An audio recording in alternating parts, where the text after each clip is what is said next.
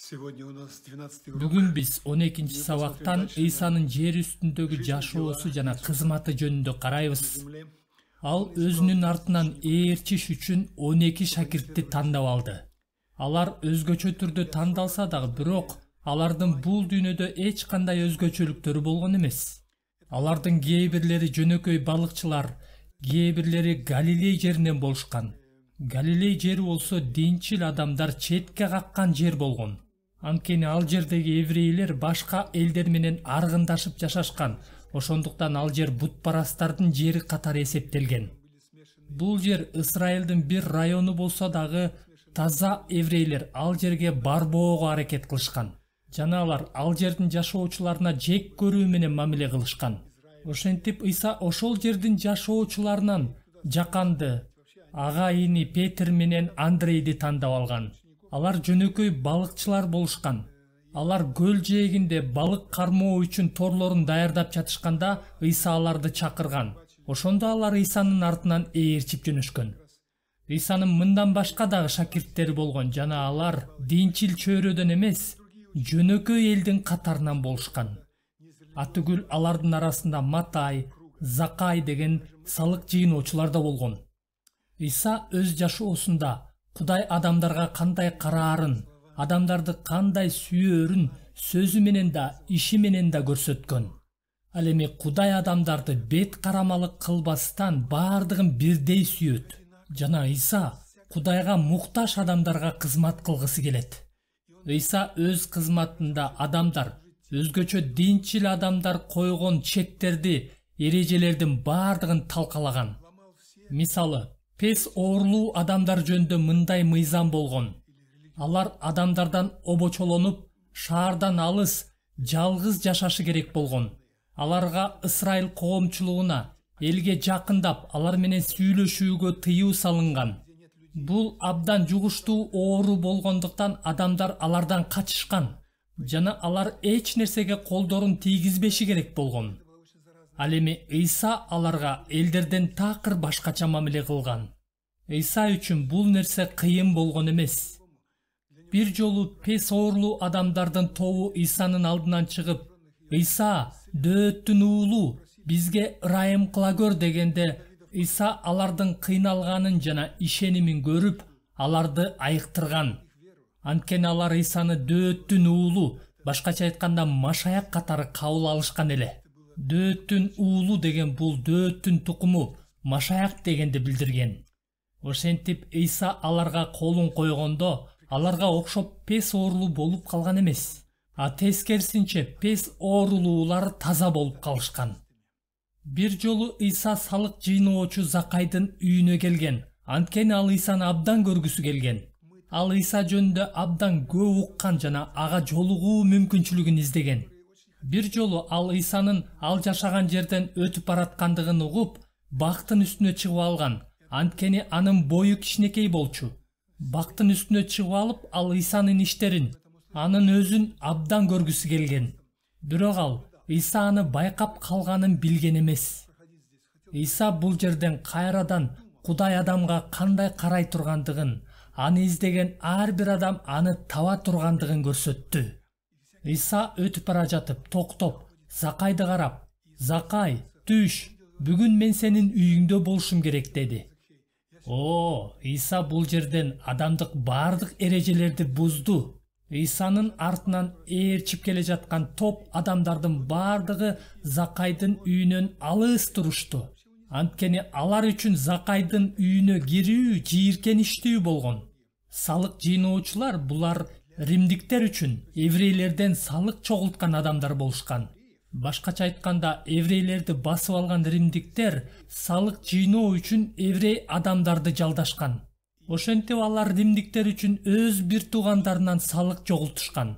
Мына ошол себептен элдер аларды жек көрүшкөн, алар менен сүйлөшүшкөн да эмес. Алар өз ишенимин жана улутун саткан чыккынчы деп эсептешип, атүгүл аларды еврей деп атоодон баш тартышкан.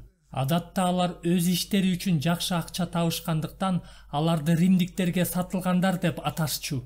Жана Закай салык жыйноочулардын башчыларынын бири болгон. Ыйса болсо ага "Бүгүн мен сенин үйүңдө болушум керек" деп анын үйүнө кирди. Башкалар бул көрүнүшкө бул кандайча болушу мүмкүн деп абдан таң калышты. Ал эми Ыйсанын алар менен бирге бир дастарконго отуруп тамак ичиши еврейлер үчүн, өзгөчө динчил адамдар үчүн кабыл алынгыс нерсе болгон. Ал эми Ыйса муну менен куткарылууга муктаж болгон адамдарга Кудай кандай карай тургандыгын көрсөткөн. Алар өздөрүнүн басынтылган жана күнөөкөр экендигин түшүнүшөт. Ошентип Ыйса Закайга: "Бүгүн бул үйгө куткарылуу келди. Анткени ал да Ыбрайымдын тукуму" деди. Ыйса Закайдын ысымын жана коомдогу ордун калыбына келтирди. Анткени ысрайылдыктар аны Ыбрайымдын тукуму катары эсептешкен эмес. Тескерисинче ал еврей эмес, ал чыккынчы деп эсептешкен. Ал эми Ыйса бул адамдын ички акыбалын көргөн. Ыйса күнөөкөрлөрдүн адилетсиздиктин айынан азап чеккендигин көргөн жана аларды түшүнгөн. Муну менен ал Закайдын намысын калыбына келтирген. Биринчиден, Ыйсанын анын үйүнө кирип, аны менен бирге тамак жегени аны еврей катары кабыл алуу кадамы болгон. Андан кийин Ыйса ал дагы Ыбрайымдын тукуму деп айтты. Ыйсанын бул сөздөрү Закайды ушунчалык бошотуп, аны эркин кылгандыктан ал Ыйсага: "Теңир, мен бардык мал мүлкүмдүн жарымын жакырларга таратып берем. Эгерде кимдир бирөөнү алдап акысын жеген болсом, 4 эсе кайтарып берем" деди. Мындай кылышың керек деп ага эч ким айткан жок. Бирок Ыйса ага колун сунуп, аны кабыл алганда, ал өзүн Кудайдын көз алдында калыбына келтирилген адам катары көрдү. Башкача айтканда, анын ички жан дүйнөсү, рухий чаңкоосу канааттанды. Ыйса анын күнөөсүн кечирип гана тим болбостон, анын намысын, анын өзүн толук калыбына келтирди. Негизи Ыйса күнөөкөрлөр жана салык жыйноочулар менен көп сүйлөшкөн. Бир жолу Ыйсанын артынан ээрчиген анын шакирти Матай үйүнө конок чакырат. Анын үйүнө конокко көптөгөн салык жыйноочулар келишет жана Ыйса алар менен сүйлөшөт. Муну көргөн фарисейлер: "Ал кантип күнөөкөрлөр жана салык жыйноочулар менен бирге бир дастаркондо сүйлөшүп отурат" дешет. Ошондо Ыйса аларга: "Дарыгер соо адамдарга эмес, оорулууларга керек. Мен тобо кылууга адил адамдарды эмес, күнөөкөрлөрдү чакырганы келдим" деди.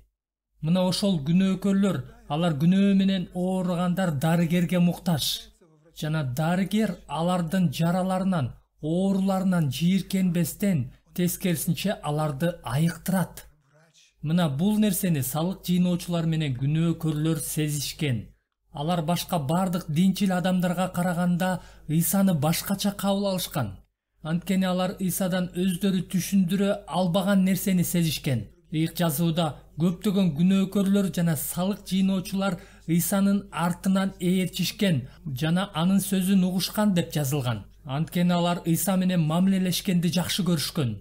Ыйсада башка адамдардан жана фарисейлерден айырмаланган эмне өзгөчөлүк болгон? Ыйса адамдардын сыртына гана эмес, жүрөгүнө караган. Ыйса күнөөкөрлөрдүн күнөөсүнө эмес, эмне ушундай күнөөкөр абалга алып келгендигине караган. Мисалы, апасы өзүнүн кичинекей баласынын жөргөлөп, колуна эмне тийсе ошонун бардыгын оозуна салып жаткандыгын көрсө, ал эмне кылат? Анткени анын кичинекей баласы эмне жегенге жарактуу, эмне жараксыз экенин али биле элек да. Бул үчүн апасы аны сындабайт, урушпайт, уруп сабабайт, жегемсинтпейт. Апасы аны колуна алып, оозундагы жана бетиндеги кирлерди тазалап, ага чыныгы таза сүттү берет. Апасы баласынын чындап эле эмнеге муктаж экенин, ал ачка болгондугун билет. Ошондуктан ага чыныгы азыкты берет. Күнөөкөрлөр жана салык жыйноочулар өздөрү түшүнбөсө дагы, башкаларга түшүндүрүп бере албаса дагы, Ыйсадан мына ушул нерсени сезишкен. Мына ошол себептен Ыйсанын артынан абдан көп адам ээрчиген. Анткени Ыйса аларга чыныгы сүттү, башкача айтканда чыныгы рухий азыкты берген. Алар Ыйсанын аларды айыптабастан, тескерисинче аларды кабыл алганын сезишкен. Ошентип алар өздөрүн айыптоо сезимдеринен бошонушкан. Анткени алардын күнөөлөрү аларды кыйнап, адамдардан жашынууга мажбур кылган. Мына ушул нерселерден алар бошонушкан. Мисалы, бир жолу бир фарисей Ыйсаны үйүнө конокко чакырат. Жана ал жерде дагы башка көптөгөн фарисейлер, дин жетекчилери болгон. Ыйса дастаркондо отурганда бир бузулган, күнөөкөр аял ошол фарисейдин үйүнө кирип келет. Буга чейин ал аял фарисейлердин үйлөрүн айланып өтчү. Анткени алар мындай адамдарды дайыма айыпташчу. Бул жолу болсо ал аял эч нерсеге карабай фарисейдин үйүнө кирип барды. Анткени ал үйдө Ыйса болгондугун ал билген. Жана ал Ыйсага ушунчалык жакындагысы келди. Ошентип ал аял Ыйса отурган жерге келип, анын бутуна жыгылып, ыйлап, анын бутун көз жашы жана чачы менен сүртө баштады. Ал бөлмөдө ыңгайсыз абал жаралып, бардыгы тамак жегенин токтотушуп, дастаркондон алсыраак отурушту. Ошондо бул үйдүн кожоюну: "Биз баарыбыз бул аялдын ким экенин билебиз. Ал эми Ыйса билбейт окшойт. Эгерде ал анын ким экенин билсе, анда өзүнө анын колун да тийгиздирмек эмес. Анткени ал күнөөкөр аял да" деп ойлоду. Ыйса болсо анын оюн билип: "Шымон, сага айта турган бир сөзүм бар" деди. Ал ага: "Айт, устат" деди. Ыйса ага: "Бир киши эки адамга карызга акча берет. Бирине 500, экинчисине 50 динарий. Алардын бере турган эч нерсеси болбогондуктан ал экөөнүн тең карызын кечип коет. Айтчы, алардын кимиси аны көбүрөөк жакшы көрөт" деди. Шымон болсо: "Албетте көбүрөөк карызы кечирилгени" деди. Ыйса ага: "Кимдин күнөөсү көбүрөөк кечирилсе, ал көбүрөөк сүйөт. Мен сенин үйүңө киргенимде, сен мага бутумду жууганга суу берген жоксуң. Бул аял болсо бутума көз жашын төгүп, чачы менен сүрттү. Сен мени өпкөн жоксуң. Ал болсо мен келгенден бери бутумду өп жатат. Ошондуктан бул аялдын көп күнөөлөрү кечирилди, анткени анын сүйүүсү күчтүү. Ал эми аз кечирилгендин сүйүүсү күчтүү эмес" деди. Башкача айтканда, Ыйса бул адамга мындай деп айтты: "Силер бул аял жөнүндө көргөнүңөр жана укканыңар боюнча гана билесиңер. А мен болсо бул аял жөнүндө бардыгын билем. Жана Адам уулу болсо көргөн көз, уккан кулак боюнча адамдык сот менен соттогону келген жок. Анткени адамдар көргөн көзү, уккан кулагы боюнча гана соттошот. Алар андан ары кыла алышпайт. Ал эми мен болсо силер билбеген нерсенин бардыгын билем. Мен ал аялдын жашоосун башынан баштап, бала чагынан баштап бардыгын билем. Ал ушундай абалга кантип жетип калгандыгын, ал кандай кыйынчылыктарды башынан өткөргөндүгүн, кандай зордук зомбулуктарды атүгүл бала чагынан көргөнүн мен жакшы билем" деди. Ошентип Ыйса бул күнөөкөр аялдын кыйналуусун жана ал бул абалга кантип жетип калгандыгын билип, анын бардык күнөөлөрүн кечирди. Жана бул аялдын күнөөлөрү толук кечирилип, жашоосу толук өзгөрүп, көптөн бери издеп жүргөн сүйүүгө жетип, мындан ары эски күнөөкөр жашоого кайрылгыс болуп үйүнө кетти. Ошондой эле ушуга окшогон окуя Самариялык аялдын 5 күйөөсү болсо дагы, ал андан чыныгы сүйүүнү таба алган эмес. Жана адамдар андан дагы баш тартып, шылдыңдап, бузулган аял деп аны басынтышкан. Ал эми Ыйса болсо ал аялдардын чыныгы сүйүүнү издеп таба албагандыктан эркектерди кайра-кайра алмаштыргандыгын жакшы билген. Анткени ал аялдар чыныгы сүйүүнү туура эмес жактан издешкен. Алар кир топуракты тамак деп жей берген наристе сыяктуу болушкан. Ал эми качан Ыйса алардын күнөөлөрүн кечирип тазалаганда, аларга Кудайдын чыныгы сүйүүсүн берген. Бул аялдар фарисейлердин көздөрүнөн соттоо, айыптоо жана өздөрүнүн кумарлары үчүн колдонуу каалоосун гана көрүшкөн. Ал эми Ыйсанын көздөрүнөн такыр башка нерсени көрүшкөн. Анткени Ыйса аларды соттоп, айыптаган эмес жана аларды колдонгусу келген эмес. Ыйсанын аларга карата көздөрү таза болгон, жана алар буга чейин мындай көздү эч качан көрүшкөн эмес эле. Ыйса аларга бир дагы эркек бере албаган алардын жаратуучусу Кудайдын сүйүүсүн берди. Бул күнөөкөр аял Кудайдын шартсыз сүйүүсүн түшүндү. Анткени Ыйса адамдарды эч кандай шарт койбостон кабыл алган. Дарыгер оорулууга алгач айыгып кел, анан мен сени кабыл алам дебейт. Бул акылсыздык. дарыгер оорулуу адамды кабыл алат. Ошол сыяктуу эле Иса дагы адамдарга алгач оңолуп кел, анан мен сени кабыл алам дебейт. Иса адамдарга Кудайдын сүйүүсүн алып келип, бузулган инсандарды калыбына келтирген. Иса аларды шартсыз кабыл алуу менен асмандагы атабыздын жүрөгүн аларга ачкан. Ошол себептен алар Исанын артынан ээрчишкен. Иса көптөгөн адамдарга кызмат кылып, оорулууларды айыктырып, өлгөндөрдү тирилткен жана көптөрдүн күнөөлөрүн кечирген. Анткени буга чейин айтканымдай, ал күнөөнүн кунун төлөгөн. Ошентип анын миссиясынын аякташына жакындап калды. Жана анын Иерусалимге болгон акыркы жолунда ал өзүнүн эмне күтүп турганын шакирттерине көбүрөөк айта баштады. Бирок шакирттери муну көп түшүнүшкөн жок.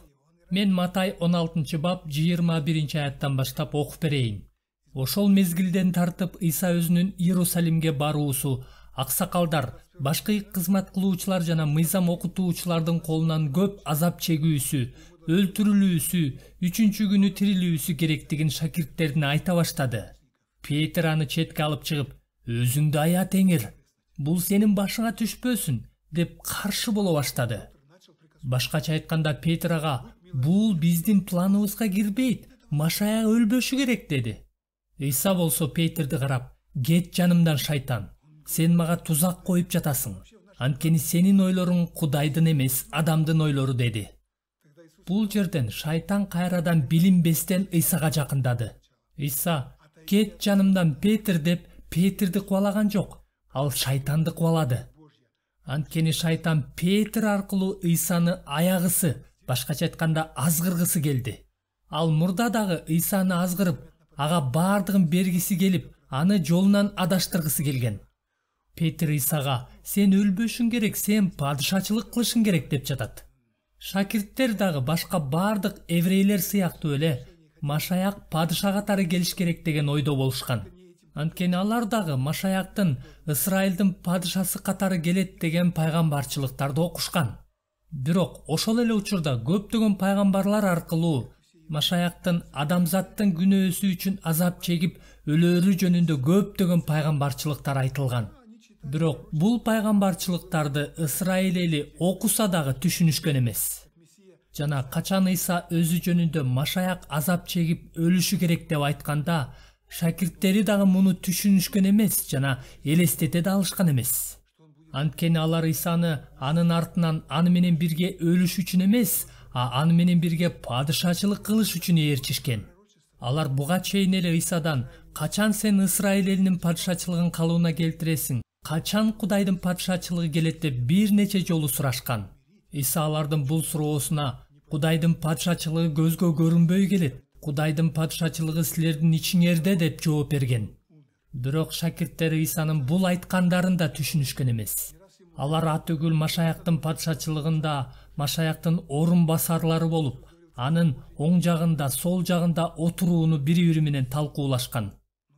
Мына ошентип алардын үмүттөрү, алардын эңсөөлөрү талкаланууга дуушар болгон. Качан Иса Иерусалимге жакындап калганда, бир жуманын аралыгында көптөгөн пайгамбарчылыктар аткарыла баштаган. Ал пайгамбарчылыктардын бири Иса Исраилдин момун падышасы катары келиши жөнүндө болгон. Бул падыша такыр башкача падыша болгон. Ал өзүнө эч кандай падышачылык тактын издеген эмес. Ал келип өз адамдарына кызмат кылган. Ал өзүнө кызмат кылдыруу үчүн эмес, өзү кызмат кылуу үчүн келген. Бул падыша Иерусалим шаарына ат минип эмес, кодик минип кирген. Ошол мезгилде эшектерди жөнөкөй эле карапайым адамдар колдонушкан. Ал эми падышалар болсо кооз арабалар жана аттар менен жүрүшкөн. Ошентип Иса Иерусалимге жакындап калганда, шакирттерин бир айылга жиберип, ал жерде байланып турган кодикти көрөсүңөр, аны чечип мага алып келгиле деп жиберет. Муну менен Исраил падышасы Иерусалимге кодик минип кирет деген пайгамбарчылык аткарылышы керек болгон. Мен муну силерге окуп берейин. Иерусалим кызы кубан, шаттан Иерусалим кызы, анткени сенин момун падышаң кодик минип келе жатат. Бул абдан таң калыштуу. Кодик минип келе жатат деген сөз бул али эч ким мине элек кодик болгон. Жана шакирттери Ыйсага бул кодикти жана анын энесин алып келишкен. Бул кодик кичинекей эмес, бирок мингенге жарап калган кодик болгон. Бирок аны эч ким мине элек болчу. Жана качан Ыйса аны мингенде, ал муну эч кандай азоолонбостон жөнөкөй кабыл алды. Ошентип бул жерде абдан кызыктуу, салтанаттуу жүрүш башталды. Ыйса Иерусалимге кирээр алдында Лазарды өлүмдөн тирилткен болчу. Лазардын өлгөнүнө келгендер, анын өлгөнүнө 4 күн болсо дагы, Ыйса аны тирилткендигин көргөн адамдар Ыйсага умтулушуп, биз күтүп жүргөн Машаяк ушул деп, көптөгөн адамдар аны падыша катары шайлаганга аракет кылышкан. Буга чейин дагы эл аны көп жолу падыша кылып шайлаганга аракет кылышкан. Бирок Ыйса алардан кетип калган. Жана бул жолу дагы эл аны өздөрүнүн падышасы кылып шайлаганды каалашты. Анткени Ыйсанын кылган кереметтери, 5 нан 2 балык менен бардыгынын курсагын тойгузгандыгы, оорулууларды айыктырып, атүгүл өлгөндөрдү тирилткендиги албетте элге жаккан. Мына ошол себептен эл аны өздөрүнүн машаягы жана падышасы кылып шайлап алууну каалашкан. Ошентип бул жөнүндө кеп элдин арасына жайылып кетти. Жана Пасах майрамы жакындап калган кезде бүткүл Исраил жериндеги жана Рим империясына чачырап кеткен көптөгөн еврейлер Пасахты майрамдаганы Иерусалимге келишкен. Жана алардын бардыгы Ыйса жөнүндө көп жолу угушуп, ал кайда деп бири-бирине сурашкан. Ыйсанын Иерусалимге кирип келе жатканын уккан эл анын алдынан тозуп чыгышкан. Жана алардын артынан ээрчиген топ эл дагы алар менен бирге Дөөттүн уулуна Осанна деп жар салышкан. Башкача айтканда, Дөөттүн уулу бул Машаяк дегенди билдирет. Демек алар Исраилдин Машаягына салам деп жар салышкан. Ошентип эл Ыйса минип келе жаткан кодиктин алдына өздөрүнүн кийимдерин, жалбырактарды жана бутактарды төшөшкөн. Муну менен алар Ыйсаны урматтап тосуп алганын көрсөтүшкөн. Ыйса Иерусалим көрүнгүдөй дөңгө келип токтоп, бардыгы кубанып жатышса, ал Иерусалимди карап алып мындай деп ыйлады. Ал эч бир адам көрө албаган Исраилдин келечек тарыхын көрүп алып ыйлады. Ыйса Иерусалимди карап, сенде тынчтык болуш үчүн эмне керек экенин, жок дегенде бүгүн билсең гана. Бирок ал азыр сен үчүн жашыруун. Сенин башыңа оор күндөр келет. Душмандарың тегерегиңе аң казып, курчап алышат да, сени ар тараптан кысымга алышат. Сени талкалашат, балдарыңды өлтүрүшөт, таш үстүнө таш калтырышпайт. Анткени сен өзүңдүн куткарылуу убагың келгенин билген жоксуң.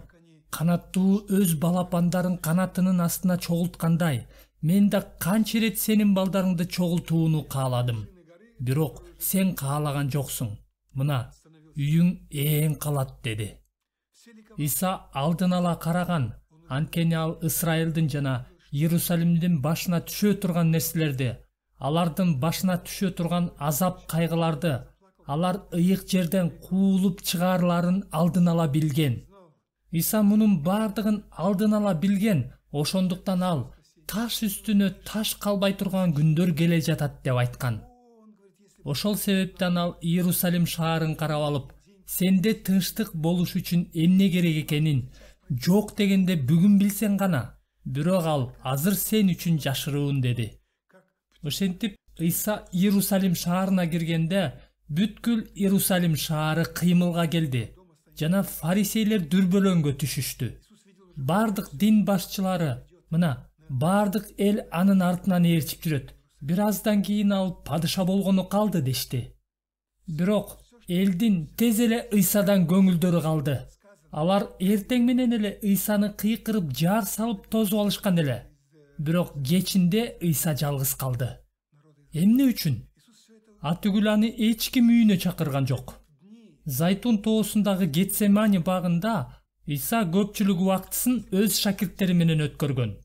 Ал кечинде ошол Гетсемани багына кетти деп жазылган. Эмне үчүн эч ким аны үйүнө чакырган жок? Эмне үчүн эл андан баш тартты? Анткени Ыйса алардын Машаяк биздин падшабыз болуп, бизди Рим кулчулугунан бошотот деген үмүтүн актаган жок. Бирок Ыйса Иерусалимге киргенде ал эмне кылды? Ал Иерусалим шаарынан бутпарастарды кууп чыккан жок. Ал еврейлердин диний борбору болгон ибадатканага барды.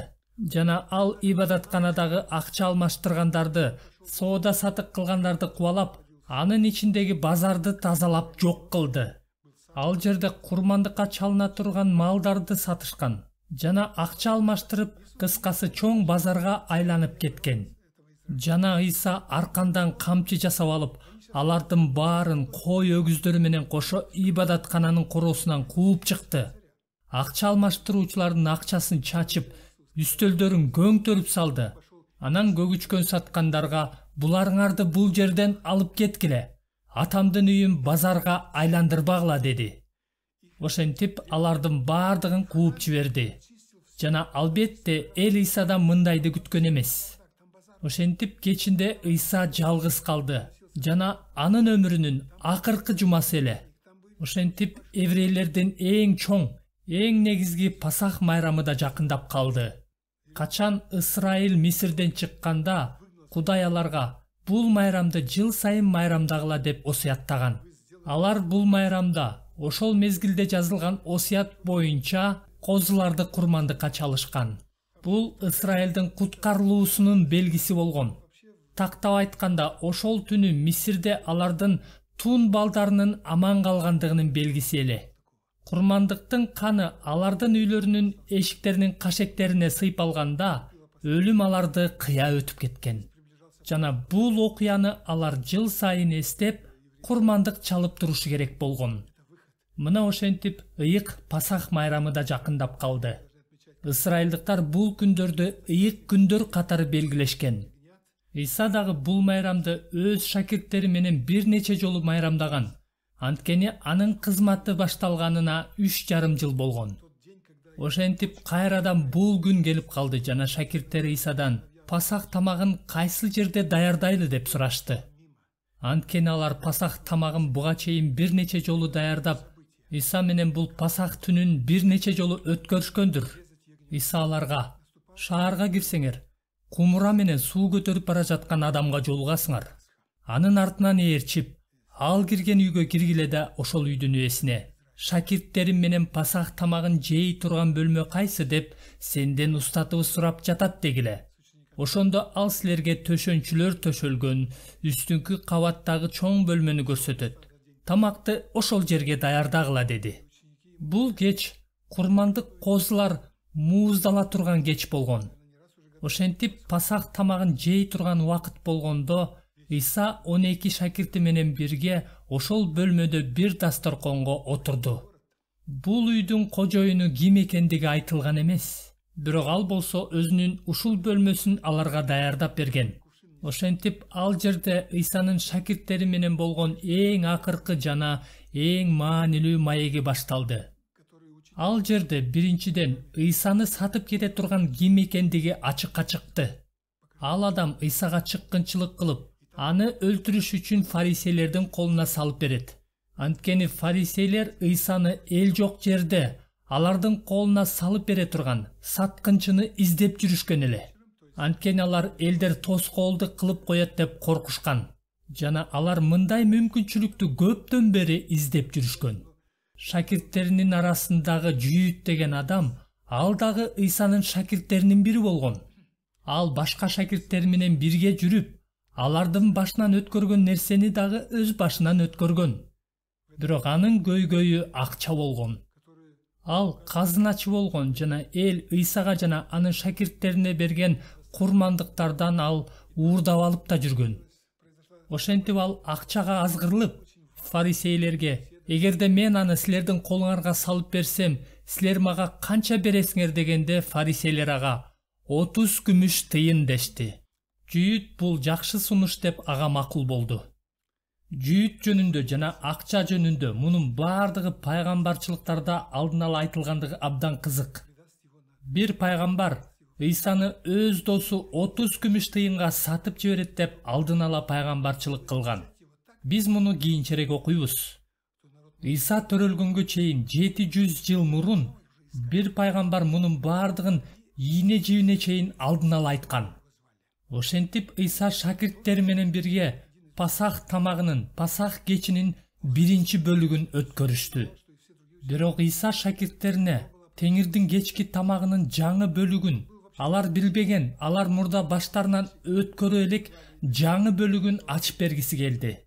Бул кечте Ыйсанын шакирттери бир маанилүү нерсени түшүнүшү керек болгон. Бул маанилүү чындыкты түшүндүрүш үчүн Ыйса аларга үлгү көрсөтүп, алардын бутун жууду. Бул еврейлердин салты болгон. Алар кечки тамакка чакырылган коноктордун буттарын жуушкан. Анткени элдер көпчүлүк учурда жылаң аяк же сандал кийип жүрүшкөн.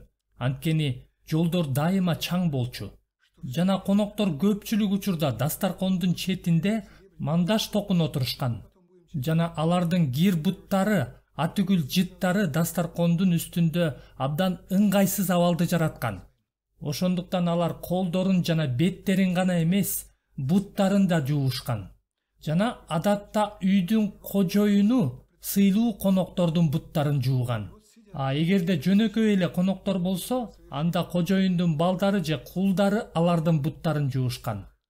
А бул жерде болсо эч кандай кожоюн жана коноктор болгон эмес. Бул жерде Ыйса жана анын шакирттери гана болгон. Жана шакирттердин арасынан эч кимиси бул кир ишти аткаргысы келген эмес. Алардын эч кимиси өзүн басынтып, башкалардын бутун жууганга батынган эмес. Мына ошол себептен алар жуулбаган буттары менен дастаркондун четинде отурушкан. Бул абдан кызыктуу абал.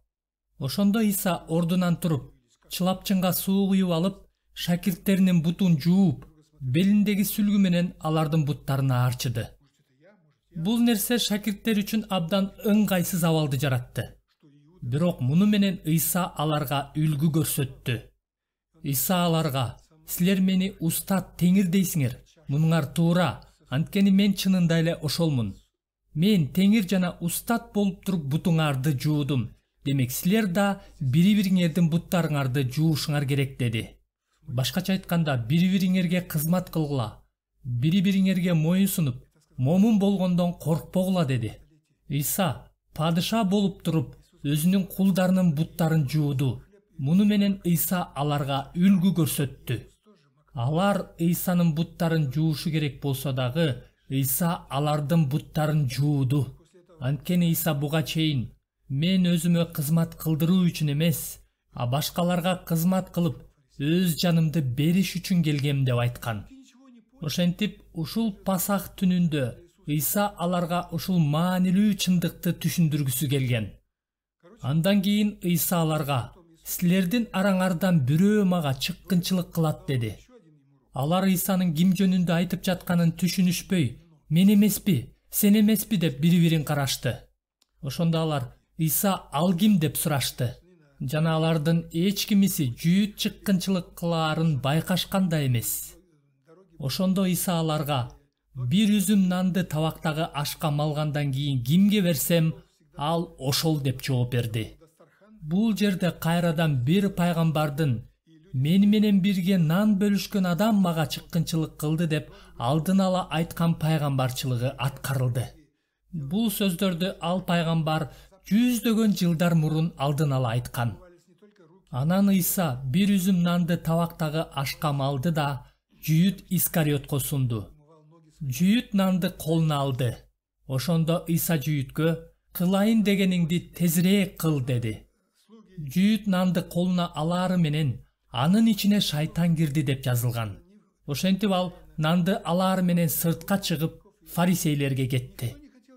Шакирттердин эч кимиси муну түшүнүшкөн жок. Акча салынуучу куту жүйүттө болгондуктан атүгүл алар: "Ыйса ага, майрамга карата бизге керектүү нерселерди сатып кел" деп жататко деп ойлошту. Ошентип, жүйүт чыгып кеткенден кийин Теңирдин бул кечки тамагында Ыйса шакирттерине абдан кызыктуу сөздөрдү айтты. Ыйса аларга: "Эми жаңы мезгил, жаңы эра башталды. Эми мындан ары Пасах майрамы такыр башкача болот" деди. Эми мындан ары силер Мисирдеги кулчулуктан чыкканыңарды эмес, менин азап чегип өлгөнүмдү эскересиңер. Эми мен силерге менин каным менен бекитиле турган жаңы келишимди осуяттап жатам. Мурун болсо жыл сайын курмандык козунун каны төгүлчү. Бирок бул курмандык козу алдыда келе турган кимдир бирөөнү көрсөтүп турган сүрөт сыяктуу гана болгон. Сүрөт бул адамдын өзү эмес. Сүрөт бул адамдын кандай экенин гана көрсөтүп турат.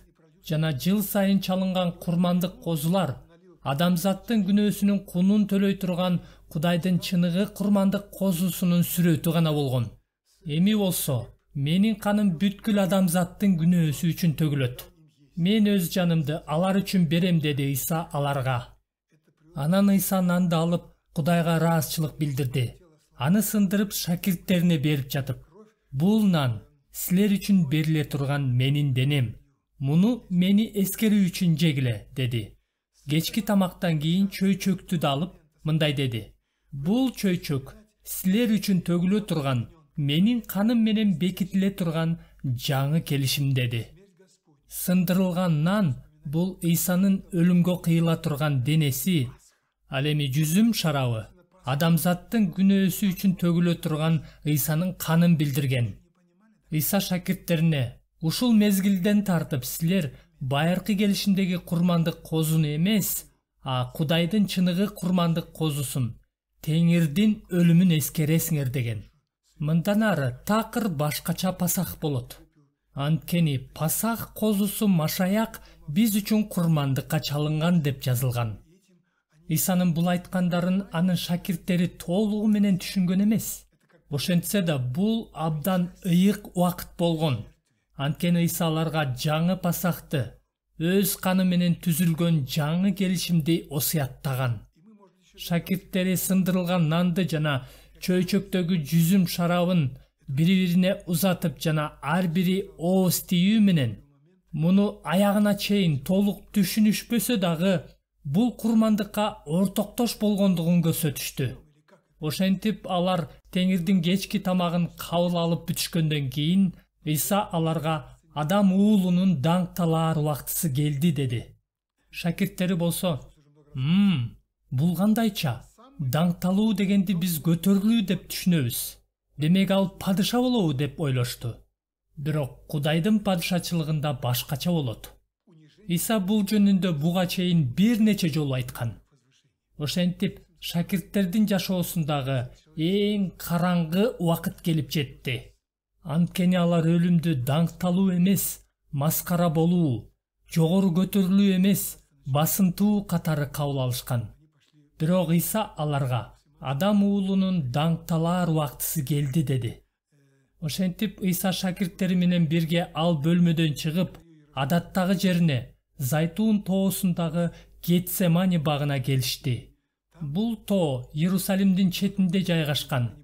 Жана биз эмки насаатта алар бул түндү кантип өткөрүшкөндүгүн, бул түнү эмне болгондугун карайбыз.